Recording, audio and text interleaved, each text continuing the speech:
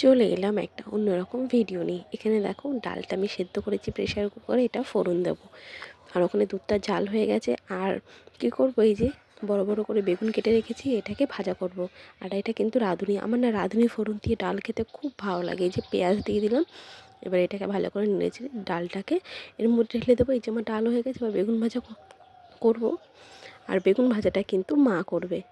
আর আর কি করবে, এই যে ঘরে একটু চাল ছিল, ওটা যে দুধটা জাল দিচ্ছিলাম না, মা একটু পায়েস বানাবে। চলে এসেছি রাত্রে ডিনার করতে। এই দেখো এখানে রয়েছে বেগুন ভাজা, একটা লেবু, ডাল ভাত।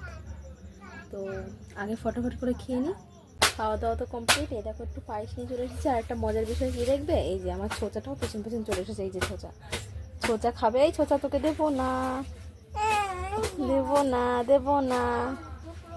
আমি বলেছি দেবো না, আমার পেছন পেছন চলে এসেছি। কি করছে, পাগল হয়ে গেছে ছোচা খাওয়ার জন্য। দেবো না তোকে, আমি খাবো না। এ পায়েস ভালো না, পায়েস ভালো না, এটা মা খাক। ভালো না তো, আমি খাই না। ভালো না বলছি, ভালো না।